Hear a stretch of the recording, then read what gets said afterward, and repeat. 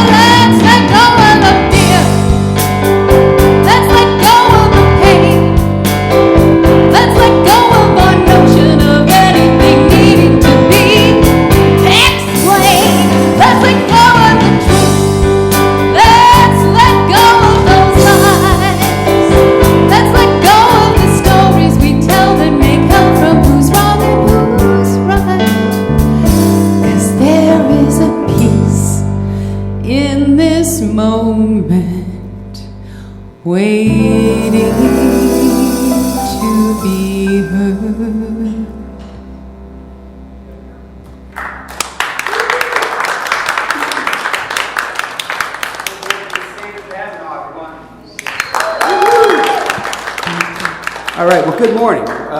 We're glad you're with us today. It's a beautiful day here in Boise. We got some rain finally, and that feels really refreshing. We're opening up a little bit. It's nice to see folks in the sanctuary. And we got Rex Miller over here on piano and leading us and steering the ship for us. My brother at the rhythm section here is Ted McClure. My name is Phil Bowden. I'm playing drums for you today. Thank you. And our guest singer, Miss Sandra Cavanaugh. Playing double duty today, she is also our guest speaker, Miss Sandra Cavanaugh. So we are very happy that you're with us today. Please take a deep breath. Let's move into spiritual practices. Miss Donna Sheedy is going to lead us in that. So take a deep breath and let's settle and move in.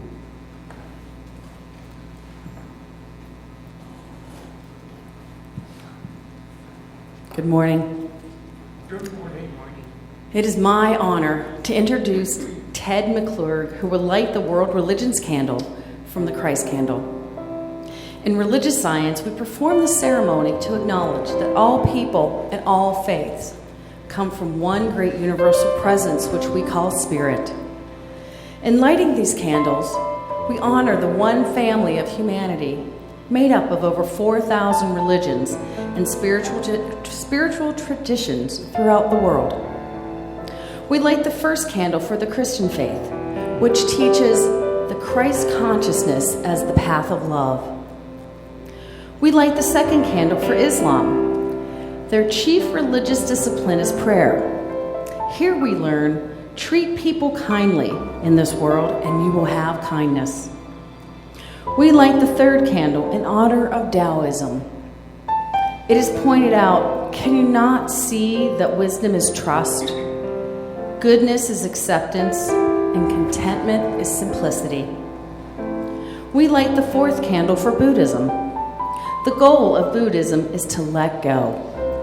We light this candle for release. And the fifth and final candle honors New Thought, letting go of all that opposes your purpose, a reliance on the law of God, and the unqualified trust of Spirit.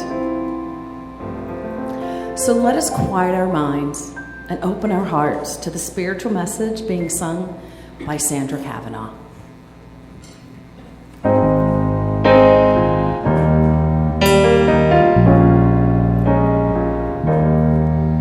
Does any one of us really know just where the truth is, or where we'll find bliss? We follow any way the wind blows. We're searching for wisdom and forgiveness.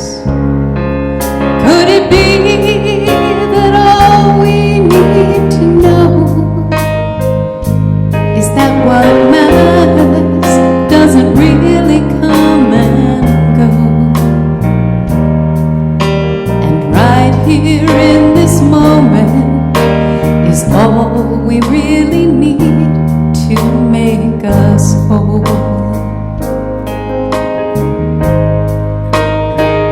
Let's take a breath and drink it in. Let's let this moment fill our hearts and warm our skin. We waste a life of precious moments waiting for better to begin, when all we really need to see is here and now, is all that needs to be. Let's drink it in.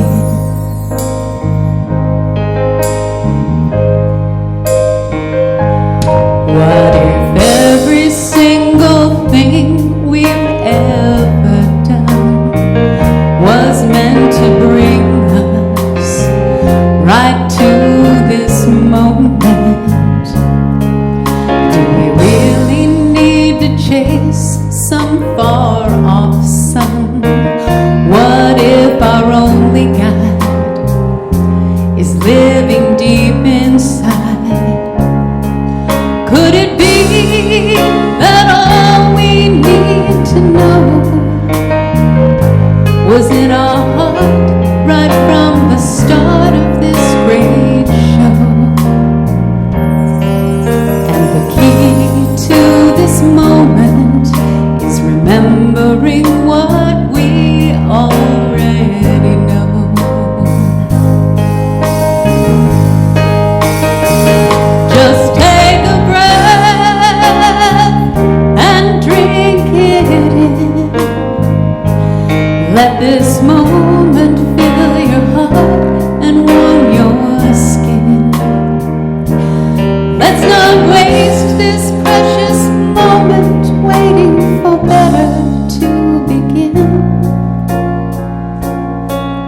we're here, and all we need to see. We're here now, that's all we need to be. Let's drink it in.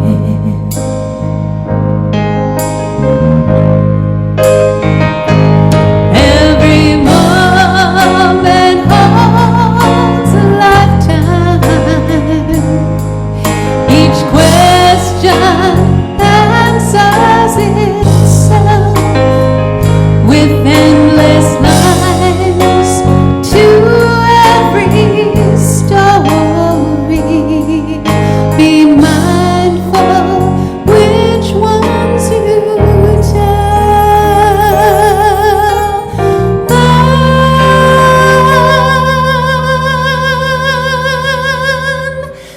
take a breath and drink it in. Let this moment fill your heart and warm your skin. For in every precious moment, a brand new story can begin. We're here, that's all we need to be. We're everything if we can only see. Let's drink it in.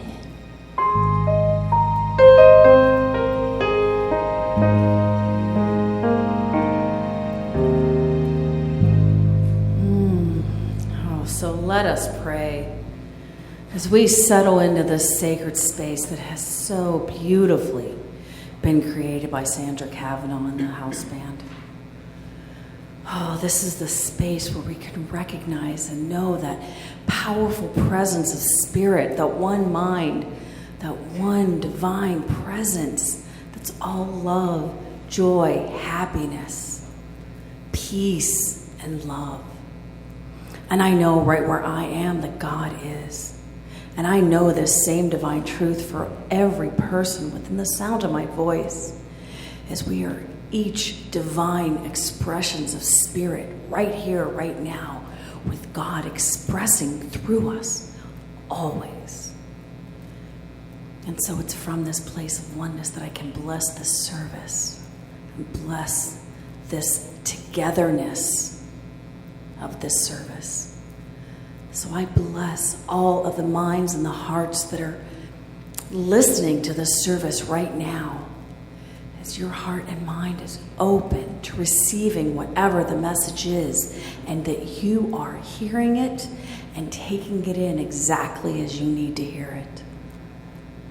And I bless all of the hearts and minds and hands that have come together beautifully to make this service happen and to be perfect and to be whole, that each one is blessed doing their part in this service.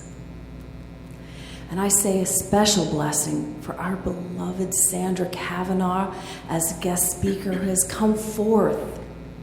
And as she comes forth, her heart and mind are open and setting aside her humanness and allowing Spirit to use her, to come through her as her heart and mind are open at the top.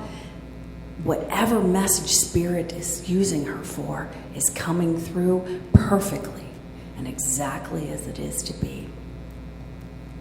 So I call this service good and so very good. So together we say, Namaste, Om, Shanti, Ashe, Aho, Amen, and so it is.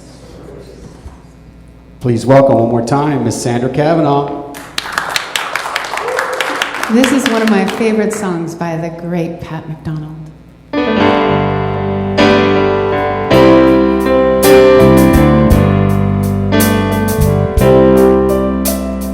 Walking and talking like children in our sleep, staring at the precipice, afraid to take the leap. And we're certain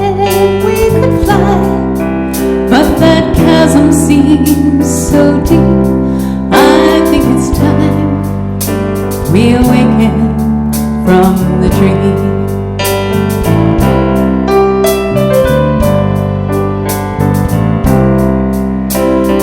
Song of life and love is waiting to be sung, and it whispers to us all those things we knew when we were young, and it tells us we're not separate from the very air that fills our lungs. I think it's time we awaken from the dream.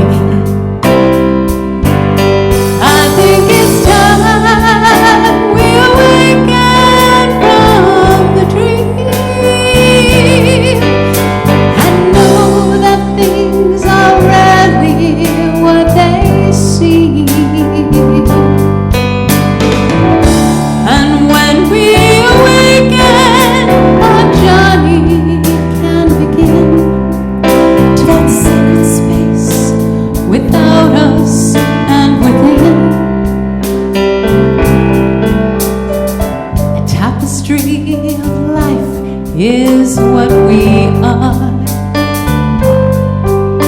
Every thread graces another, no matter how near or far. Just breathing out your breath caresses each and every star. I think it's time we awaken from the dream.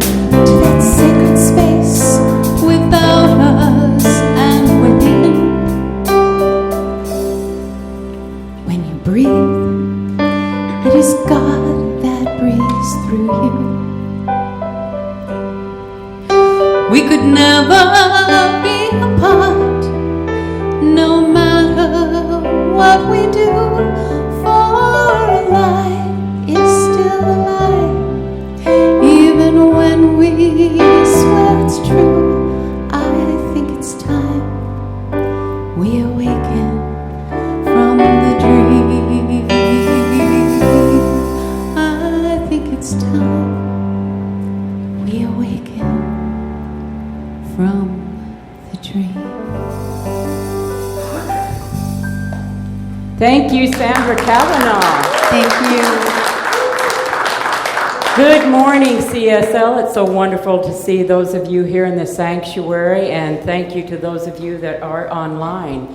It is my honor to introduce Sandra Cavanaugh as our guest speaker today, and you've already got a wonderful taste of what she is capable of.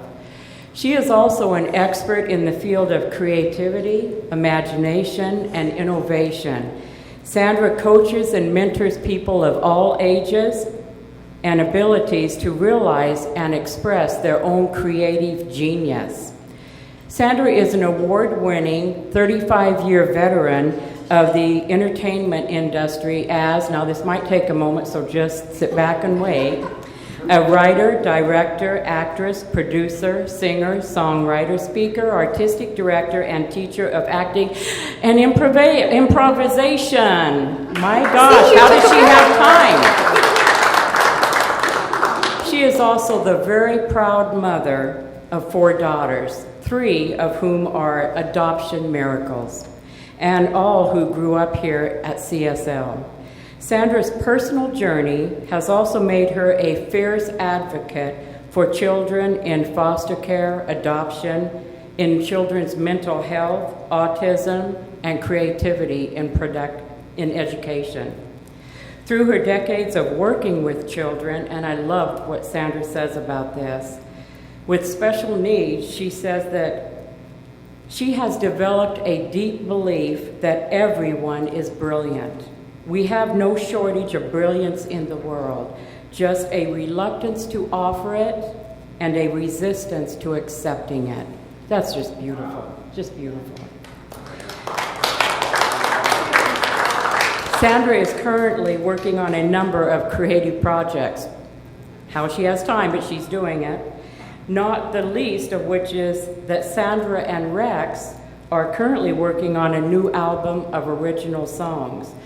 If you've ever heard the songs that Sandra sings, that Rex plays, you'll understand that what she writes or what they write about is this philosophy, and it's absolutely beautiful. The first two songs were both Rex and Sandra original songs. So you can learn more about Sandra's endeavors at sandracavanaugh.com. Let's honor Sandra and welcome her as our guest speaker this morning. It's so great to be back here. I haven't been here for a while. The last time I was here, I think, as a speaker was last October. Okay, so maybe a little overdue. Yes, I teach spontaneous brilliance. I teach that everyone is brilliant. I teach that when we look around the room, we're usually not expecting brilliance from ourselves, let alone from every single person that we look at. But oftentimes that's because we are, or they are, not offering what is ours to offer. And we're not, or they're not, accepting that offer. We tend to block our offers. Those are the three basic rules of improvisation: offering, accepting, and blocking. And anybody who's heard me speak knows I'm constantly referring to that. That everything that you do in life, everything that you do on the stage is one of three things. Only one of three things, because life is a 24/7 improv. You are either offering, accepting, or you are blocking. That's it. Okay? So what I want to do today is talk about faith and miracles, because my work takes people to the intersection of creative imagination, personal responsibility, and inspired action. And faith and miracles is about that inspired action piece. It's about knowing who we are and knowing what we can do. And I think that what happens when we first start to talk about faith is that we get it confused with belief. We think that faith and belief are the same thing. And for me, they're really two completely different things. I'm going to use my glasses for a second and read the definition, or a couple of definitions of belief. A state or habit of mind in which trust or confidence is placed in some person or thing. Something that is accepted, considered to be true, or held as an opinion, something believed. Well, there's a little circular definition for you. Belief is something believed. Okay. Thank you, Mr. Webster. I got it. Okay.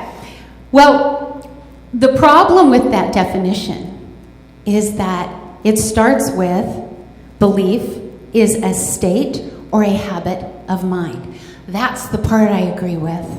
That's the one part we need to really hang on to. Belief is a state or a habit of mind. And a lot of times those habits of mind, I'm going to make myself dizzy looking through those at you. Those habits of mind are limiting beliefs. But faith, oh, here we go, I got to put them back on. Faith is defined a little differently.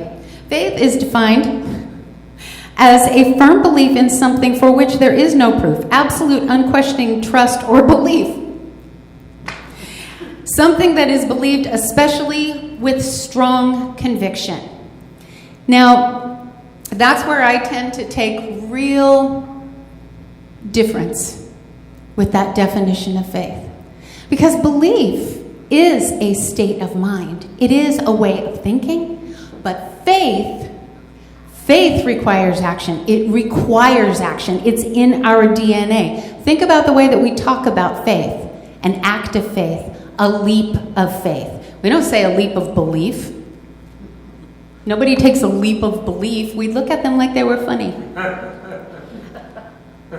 Ernest Holmes says, when through intuition, faith finds its proper place under divine law, there is no limitation, and what are called miracles result. Amen. Amen. That is true. Belief is knowing that you could do it, that it could be done, that it can happen. Faith is having the courage to be part of making it happen. Faith is having the courage to do that thing that you know in your belief can be done. Even if you are afraid. Even if you are afraid. You know, Ernest Holmes said there are no limitations, and what are called miracles result when faith finds its proper place. We are co-creating with the universe. The universe is creating all the time. It's just whether or not we decide to step in and join it and work against it instead of block it. The universe never blocks us. We do, however, block what the universe offers us all the time. So I have 5 steps to miracles. First step is dreams. Second step is faith. Third step is action. Fourth step is transformation. And the fifth step is manifestation. So we're going to talk about those for a second. Your dreams. The first step in a miracle is to notice your dreams. They are sacred inspiration. Those things that are burning in you, even just a little tiny taste of a dream. That is your sacred inspiration. That is your offer from the universe. Those dreams are tiny sparks of creation that it's your job to ignite. It's your job, it's our job to light it. But we block the dream because of fear. And fear becomes just the black hole of miracles, right? It swallows them whole. It just eats them up, takes them into the darkness, and they languish there. And we live our lives without having ever shined a light on that dream, on that vision, on that sacred inspiration that we have. There's a definition of miracles, which is an extraordinary and astonishing happening that is attributed to the presence and action of an ultimate divine power. That which causes wonder and astonishment, being extraordinary in itself and amazing or inexplicable by normal standards. But that's what we are available to every moment. Those are the kinds of dreams that come into our heart. If we're honest about it, those are the things that hook up and connect with us. Henry David Thoreau says, if one advances confidently in the direction of his dreams and endeavors to live the life which he has imagined, he will meet with success unexpected in the common hours. Isn't that just so beautiful? He's actually saying that the definition of miracles is what we'll meet up with. If we accept the offer of the universe, that divine inspiration that is placed inside of us. But we block that dream out of fear. We think, oh, what if somebody else doesn't think my dream's a good idea? What if somebody else doesn't like it? What if it's not good enough? What if it doesn't happen? What if it's not gonna work? What if? But the dream, the fact that it's there, that's your sign that it is possible. That's your sign that you can do it. Because the universe never blocks. If we're frustrated, it's because of blocking. And so the universe does not give us dreams to make us frustrated. It gives us dreams to light us on fire, to move us forward toward that which we came onto this planet to do. We came here to be, do, and share our dreams, our vision. Ernest Holmes, founder of Science of Mind, says, we are born to be happy and grow and expand forever. Well, I can't do that if you're blocking every offer the universe makes, right? We think that happiness is something to be achieved. No, according to Holmes, happiness is where we start. When we get frustrated is when we respond out of fear. When we get frustrated is when we block. So, okay, first step is dreams, second step is faith. Faith is, of course, part of the title of this talk, Faith and Miracles. Faith is the most important step on the path to miracles. Faith is how we manage that fear, right? And Jesus, the master teacher, was the master teacher of faith. Jesus said, if you have faith as a mustard seed, you will say to this mountain, be removed, and it shall be removed, and nothing shall be impossible unto you. That's Matthew 17:20. Jesus is not only the great teacher of faith, but the master performer of miracles. And he said to us, what I do, you shall do, and even greater. But we didn't listen to that part, right? But let me just tell you a little story from Matthew 14. You've all heard it. I know you've all heard it. So Jesus has the disciples out in a boat across the lake. And as nightfall's coming, and so he walks across the lake toward the boat. And they look at him and they're like, whoa! And he says, and Peter says, if you tell me to come out there with you, I'll come out there with you. And Jesus goes, come on. And Peter walked out there. He stepped out of the boat and he walked on the water. And it says, then he felt the wind and he lost confidence and he started to sink. Until I went back and reread that again, I always thought he fell in the water. It only says he started to sink. And then it says that Jesus reached out, helped him, and they got back in the boat, which means he walked back. Right? Because Jesus was walking on the water. And Peter was with him. Now, Jesus said, when he reached out his hand, when Peter said, save me, started to sink. Jesus reached out his hand and he said, O ye of little faith, why did you doubt? He said, O ye of little faith. He didn't say, O ye of no faith. He said, why doubt? Peter had faith. And me, what I'm always wondering is how come nobody ever gives, we've adopted that as a phrase. Ye of little faith. We think Peter fell in the water. He lost his faith and fell in the water. Well, he walked on the water. Come on. Nobody ever gives any stuff to those guys who stayed in the boat. Do you even know which disciples they were? We all know Peter was there. Do we know who was in that boat? Did we pay attention to that? We don't give those guys any hard time for sitting in the boat and watching Peter fall in the water. But Peter has spent the last 2 millennia being the butt of a joke. I would rather be a 2,000-year joke and have walked on the water for a second than have stayed in the boat and watched somebody else do it and never even tried. We don't know what else Peter did, right? Peter might have walked on the water every day after that and just nobody wrote about it, right? But he knew he could.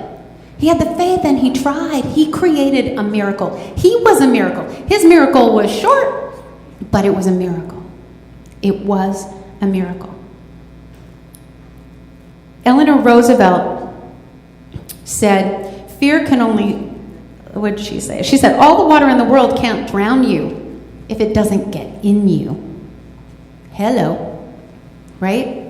If you don't let that fear in, if you don't allow that fear to block us, we can't be blocked. The water's on the outside. We can walk on it, we can bathe in it, we can do whatever we want to with it. That's the miracle. The water is the offer. What do you decide to do with it? Okay, so the third thing, because we're up to what do you decide to do with it, that's the action. That's the third step. You have to take action. I'm always telling my students, in acting as in life, blah, blah, blah is true. In acting as in life, blah, blah, blah is true.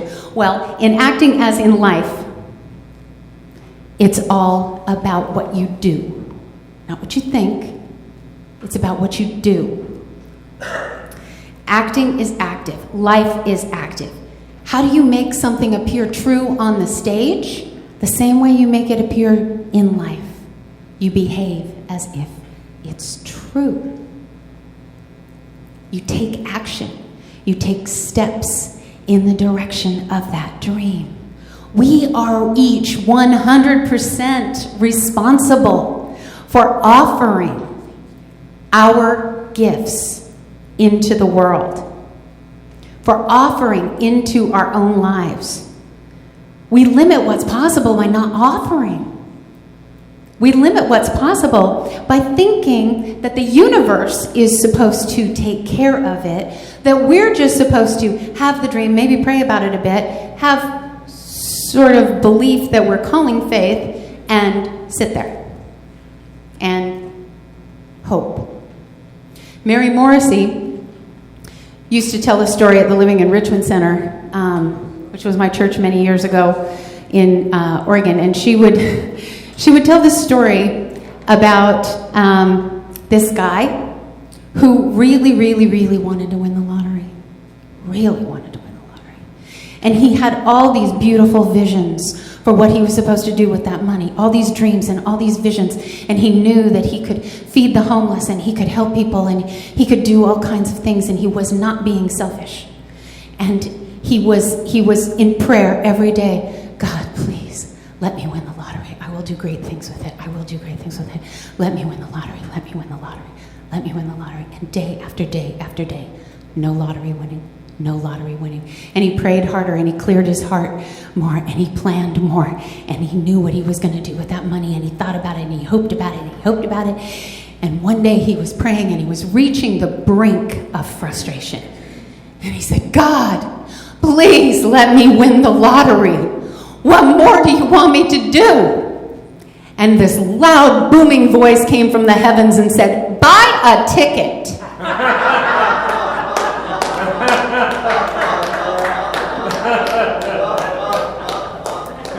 You gotta buy your ticket. You gotta take that step. You gotta take that action. All of us thought that because he had good intentions, that's all the universe wanted him to do. We were all sitting here with the story. I was sitting in your place years ago. I heard the story the same way. I'm sitting there, I'm thinking, what's the answer? What's the answer? What's the answer? Well, hello. Okay. Ernest Holmes, let's see. Ernest Holmes says, we have to have, I love this, we have to have an active faith. A faith that is of God, not instead of merely a faith in God. We have to have an active faith, a faith that is of God instead of merely a faith in God. Our faith needs to be in ourselves. When I'm working with my clients and they maybe have never spoken, right? They're nonverbal and they're in a special needs class in a high school, and people don't believe they can do anything because it's kind of a pain to listen to them, right? It's kind of a pain to wait until something comes out. But that's my job. That's what I tell them all the time. You don't have to have faith in this. I'll have faith until you're ready to. And that is our gift that we can give each other as we move through this journey, is when we see somebody struggling to have faith and taking the action, we can be that faith for them. We can know it for them. And then that faith, the dream, the faith, the action, they lead to the next step, which is transformation. Now, transformation comes from two root words. Trans, which means going beyond, and form, what is the material form, okay? So transformation is asking you to go beyond the current form of your life, to step beyond the current form of your life. What you see in your life right now is not all that is. What you feel in your heart, that dream that you know, that's all that is. We have to allow it. We have to allow transformation. We have to let go. There's a book by Richard Bach, which probably everyone here has read, Illusions by Richard Bach. If you haven't read it, it's fun. And the first part is written seemingly by hand as journal entries, and it's this story. And part of the story is told about these little creatures that live clinging to the side of a crystal river. And the river flows by them, and they cling and they cling and they cling, and they spend their whole lives clinging to the side of the river.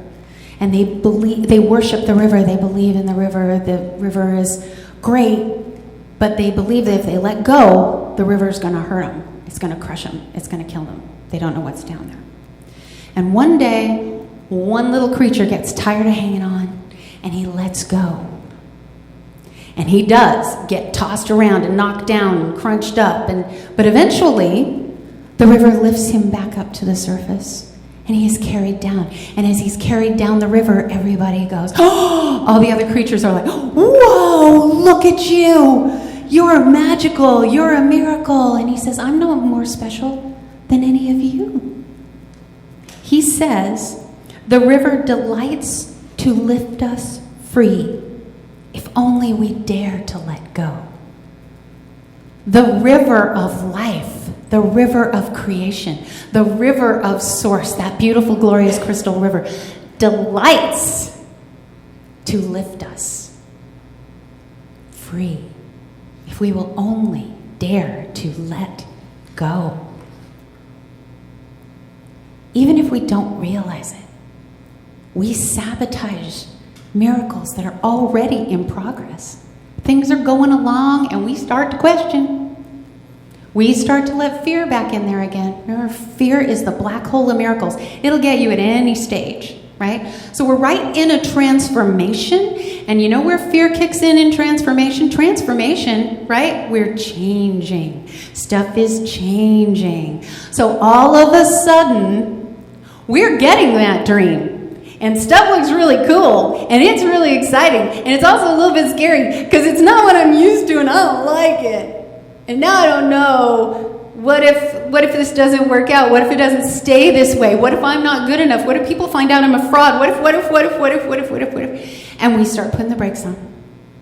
And we start finding our way back to our safety zone, which is probably not where we were born to be. Because if it's back there, we already did it, right? Dreams take us forward.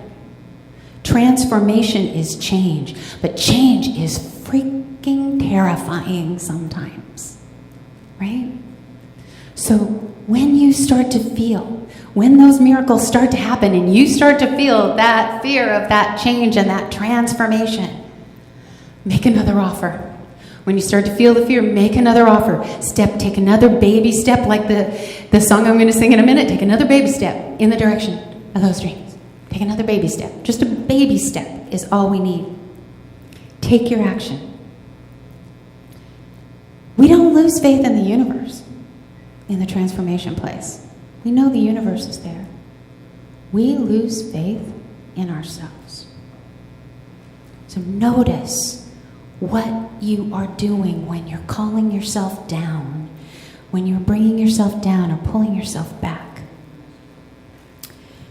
Joseph Campbell said, follow your bliss. If you follow your bliss, you put yourself in a kind of track that has been there all the while waiting for you. And the life you ought to be living is the one you are living. The life you ought to be living is the one you are living. When you follow your bliss is that thing in your heart that feels like you just have to be a part of it. You love to do it. You love to think about it. It's the thing that lights you on fire.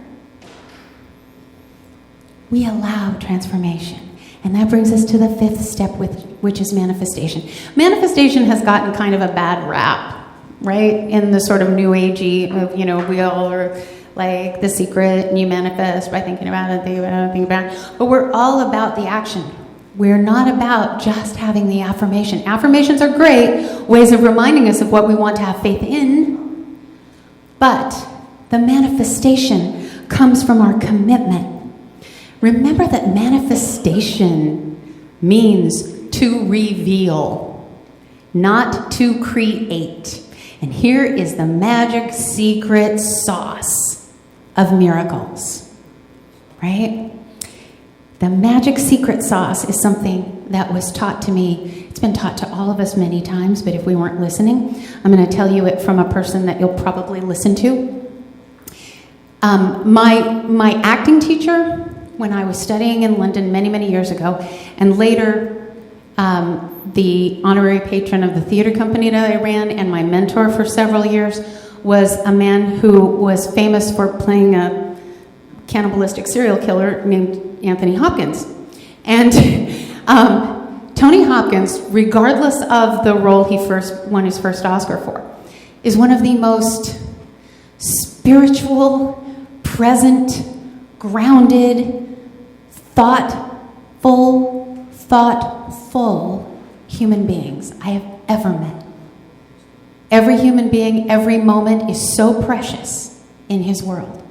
And when he was here working on a project with me 20 some odd years ago, we were talking about, what was going to happen and he just turned to me and he goes, "Do you see it?" I was like, "Well, yeah." And he goes, "No, do you see it?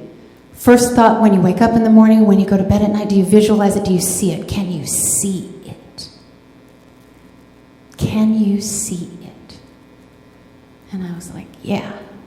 And he goes, "Then it already exists. Now we just have to be smart enough to catch up to it. It already exists." That's where the secret sauce of manifestation lies. It is to reveal what already exists, not to create it. You don't have to do all the hard work. That's the good news. You just have to take the steps to unearth what's already there. You are a conscious creator. You are here for a reason. You came here to be, do, and share what you uniquely came here to be, do, and share. Find your reason. Find your dream. Find your faith. Then hold your faith. Take your action. Allow your transformation. Don't block the change. Reveal the miracles that are already here in your life.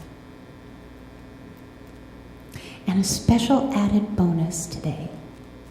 Here's a really big secret I don't know if any of us noticed very much. When we go back and think about Jesus and the day that he walked on water, that was the same day as the loaves and the fishes.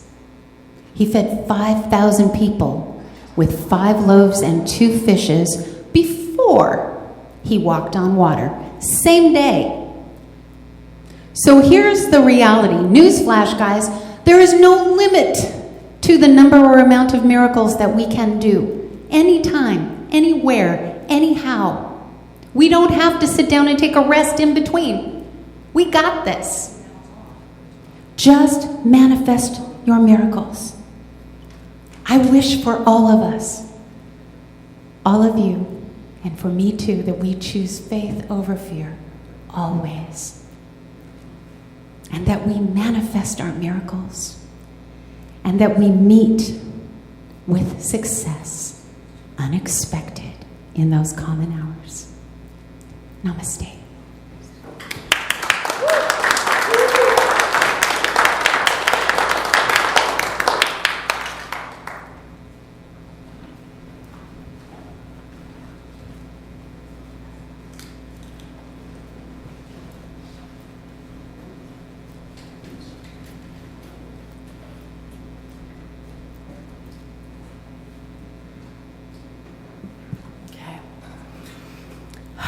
Wasn't that wonderful?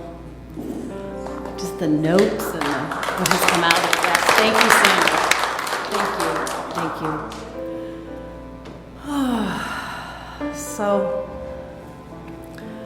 let's just take a moment and let those words of Sandra Cavanaugh sink in and really take hold.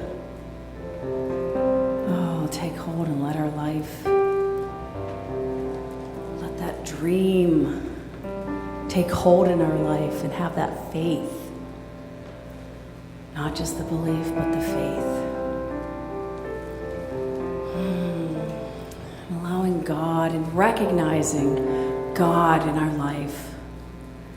God in everything that is seen and unseen. That God is that love, that faith, that belief, that joy, that happiness, that peace.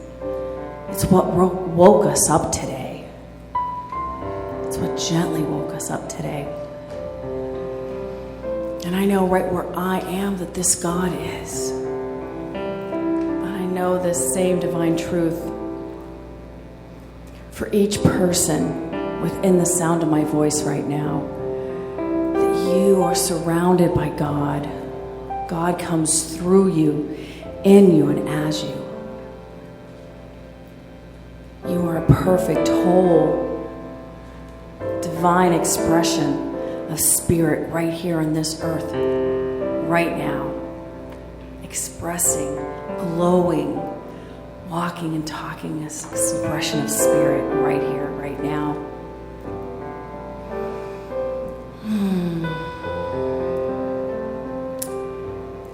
So I say a word for all those who have requested prayer.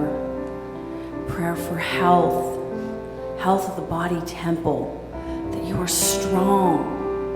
God is expressing through you, and the dirt and dust of the humanness is brushed off.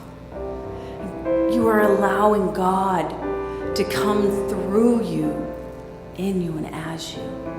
So you are expressing that perfect wholeness, that perfect healing, that perfect health of God is expressing right here, right now in your body temple.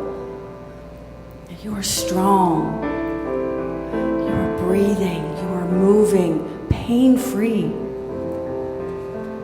And for those who have requested prayer of hurt and pain and mental anguish, that God is with you.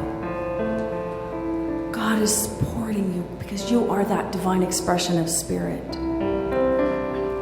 That you are blessed and immersed in the peace of spirit, the peace of God. The divine outcome, the divine right next steps are yours. And expressing, and you're seeing it right here, right now.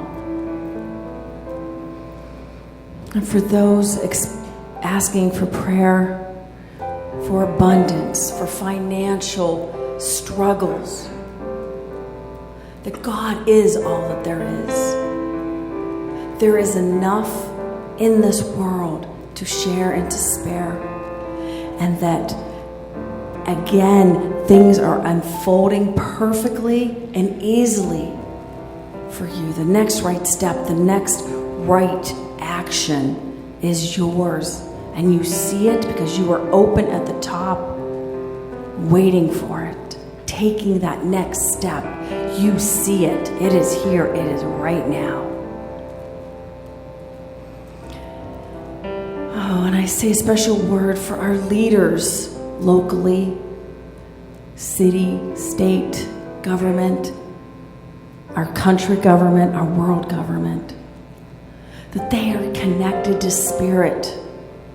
And they have the right next action for the good of all people, whatever that is, that their heart is moved to be moved in the direction for the good of all, for all people. That they lead with compassion and peace and love.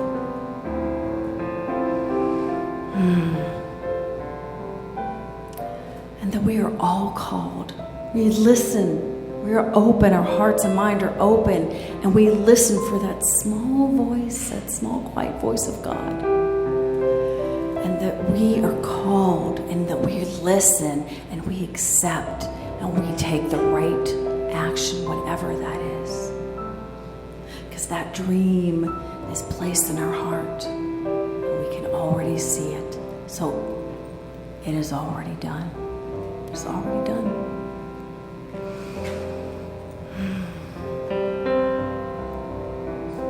So I'm grateful for this word, for this truth, for all. As I release and I let go, because I know it is already done in the eyes of God. It is already done. So we just release it and we let it go. And we let it be. So I'm grateful for this. And I call it good, and so very good. And so it is.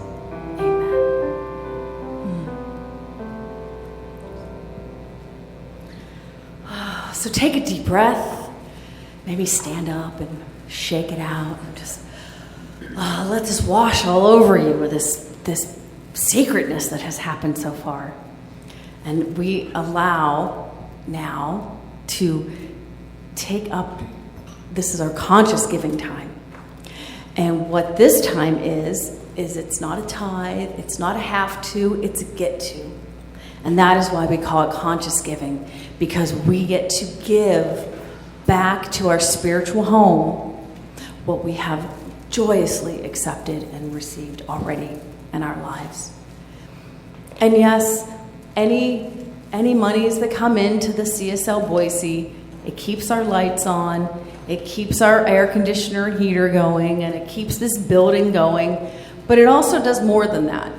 The monies that come in also help to support the ministries that this community within this building and outside of this building get to do. We have the animal kinship, we have the music ministry, we have the hospitality committee, we have the sick and the supporting the dying. We have the outreach, and we also we take 5% of everything that comes in each month, and we support the community, the outward community, and Local 503C, maybe that has supported your family or supported someone that you know or love, such as Big Brothers, Big Sisters, the homeless shelters, drug court. I mean, there's lots of different things that we have given to over the past several years. So that money's also distributed to the greater local community as well. And so there's many ways to give. Obviously, you're in person. You can come here and do it. There's online giving. If you go to cslboise.org, you can click on the donate here, and it will take you to the link of where you can donate online. You can do there's a mobile app called Give Plus, and Give Plus, and if you search for Center for Spiritual Living Boise, you can do that. And there's also the text. It's easily as texting. And that number is 208-782-4202. And for those of you that are in the sanctuary, you might be like, what is she looking at? There's this little flyer that's in the back pocket of your chair, and you can use that as well. And for those of you online, you can go to cslboise.org, and you can, again, click on the link and donate that way. And then we also do take checks and bill pay, and that green stuff with the dead presidents on it that still kind of circulates around a little bit. Cash is certainly acceptable, and we can use that as well. So, as you had prepared your gifts and your offering, I would like you to hold that to your heart. And if perhaps you've already done a bill pay or paid online, just hold your hand to your heart. And together we say, divine love as me blesses and multiplies all that I am, all that I have, and all that I circulate. And so it is. And circulate we do. Thank you. Thank you. And I want to give a shout out to Cheryl and Rob in the back that are doing all the technology today. Bless them, bless them, bless them. Hardworking souls, been here for hours. Another big hand for Miss Sandra Cavanaugh. All right, let's take it out, shall we?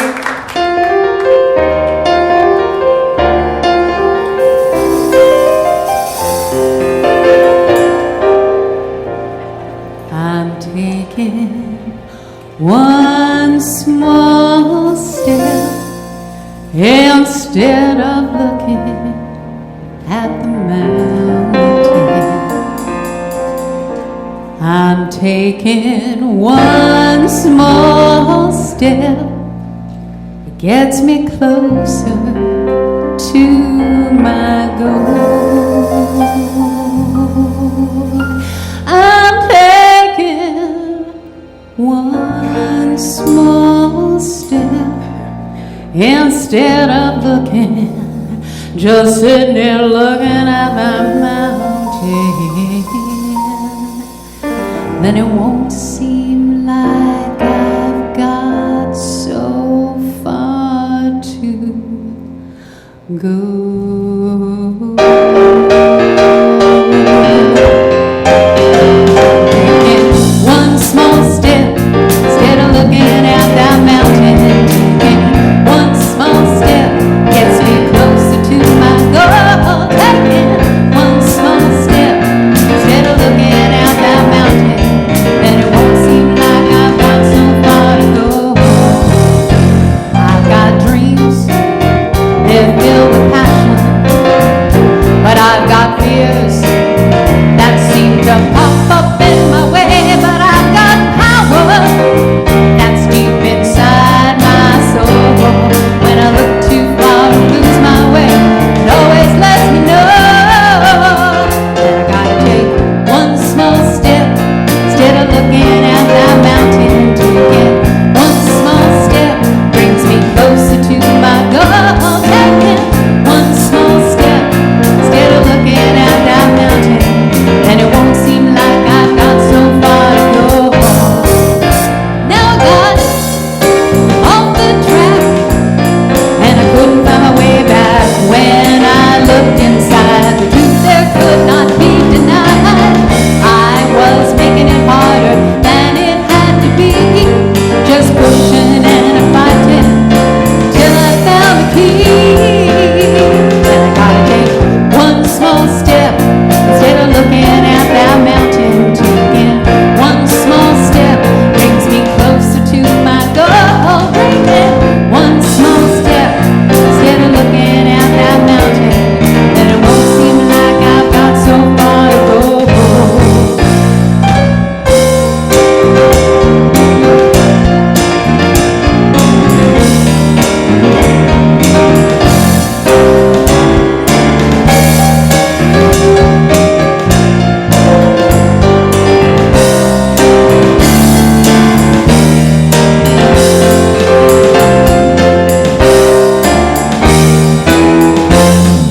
One small step, one small step.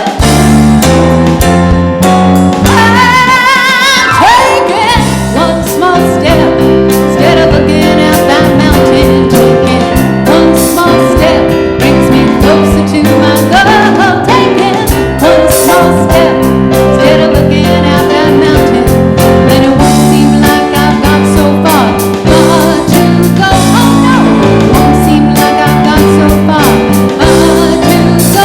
Oh no, it won't seem like I've got so far to go.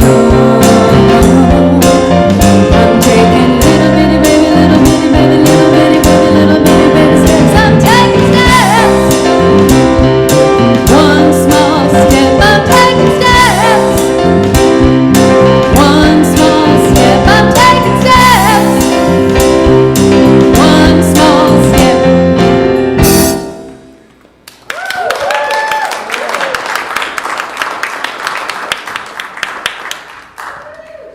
All right, so stand up and receive your blessings. Yay! All right, I know, right? We want to start off this week really good. So, you all, to see the light, to be the light, and to share the light. And to see your dream and have the faith to know that it is there. You can do it. So make it a great week. And so it is. Thank you. And we'll have prayer in the prayer room.